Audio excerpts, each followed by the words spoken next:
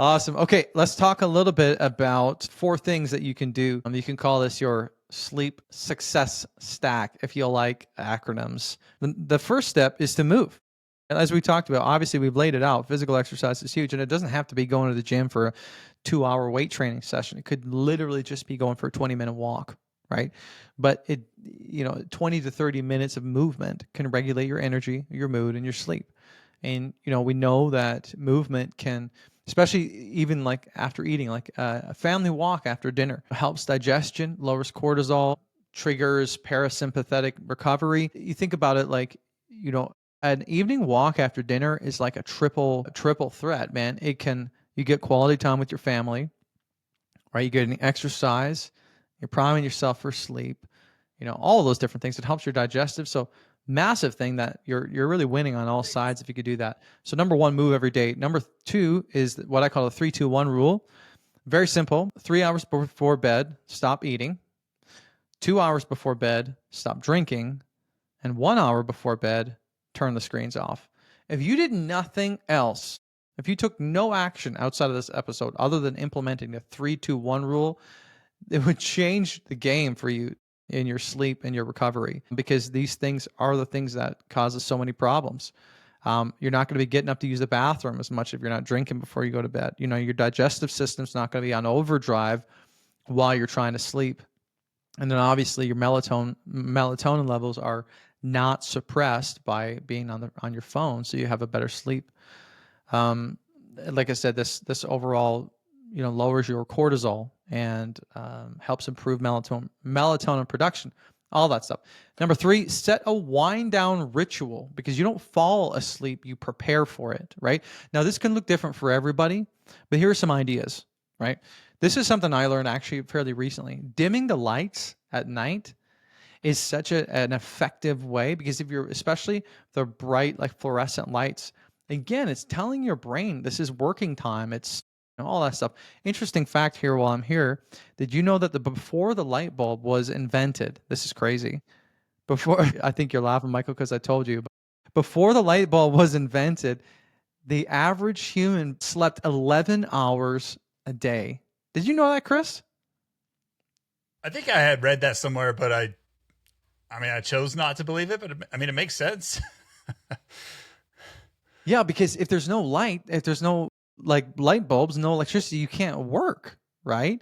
Yeah, everything's going by candlelight, And so it was like, wow, that's crazy how unproductive. My first thought was, how unproductive were we back then?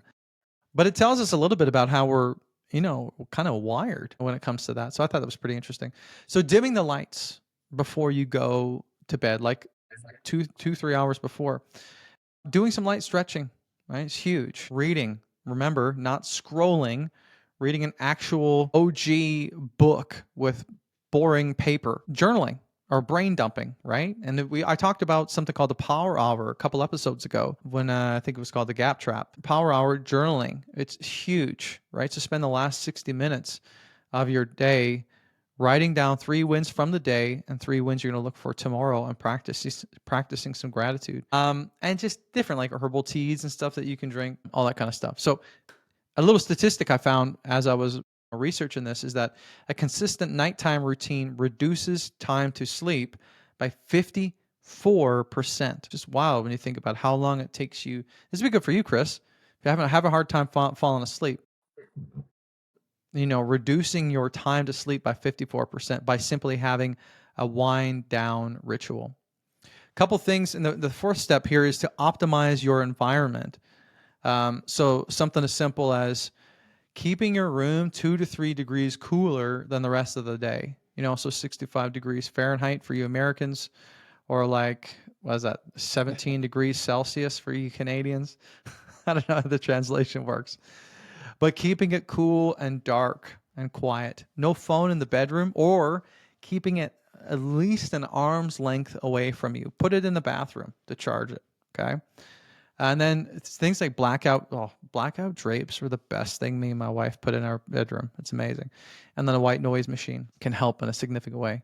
So as I'm talking about this stuff for you guys, man, like real-time application, like what are you doing any of these? And it's fine if you're doing absolutely none of them.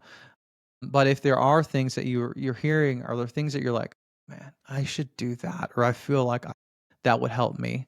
Michael, why don't you jump in? Hey, brother, if you are listening to this show, you've most likely built a successful career. You handle pressure, you lead teams, and you get results. But when was the last time you really connected with your wife beyond the calendar, the kids, and the to-do list? Well, if that sounds like you, I have a free gift for you today called the Connection Code. Which are 50 questions to break the silence, spark the fun, and bring the fire back. These questions are going to help you learn what she truly desires from you, to break out of the routine and to rediscover fun, and to spark deeper passion and connection without forcing awkward conversations.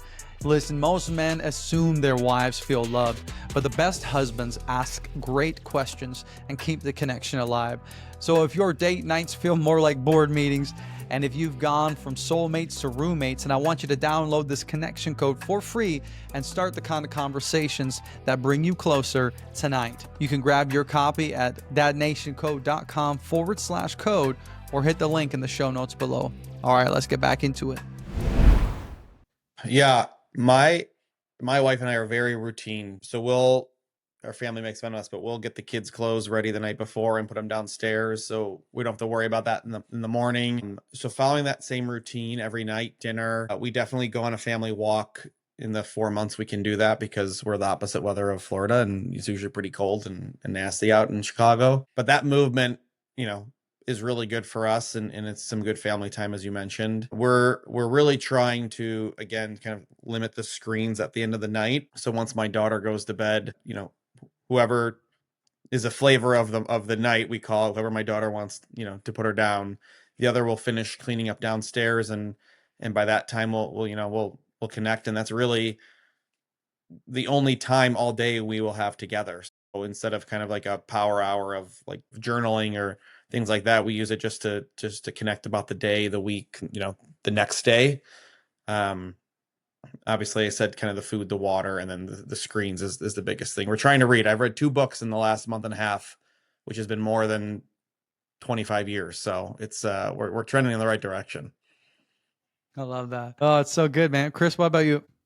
Yeah, I think for me, I mean, obviously I mentioned earlier the phone thing. I've been charging it in the bathroom, so it's like, out of sight, out of mind. So that's kind of been helpful.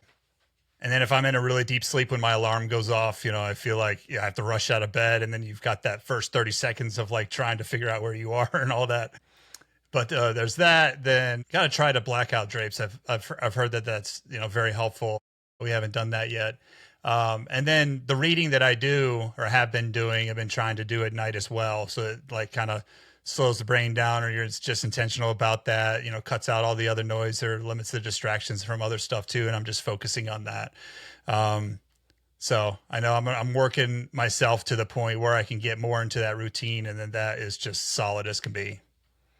Yeah, I love that. It's it's huge. What you're priming your mind with before you go to sleep is massive. The gatekeeper to the subconscious mind opens the gate when you go to sleep, and that's when it really kicks into high gear. So what you're planting in your mind before you go to sleep is literally forming your beliefs the next day. So it's really important that people don't miss that.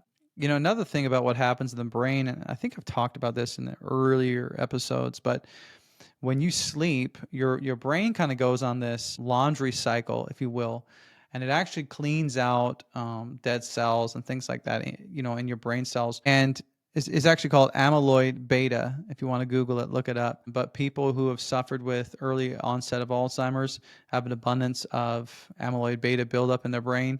And so that's the thing. One of the biggest preventers of Alzheimer's is getting quality sleep and having a lower sugar diet. Random sidebar.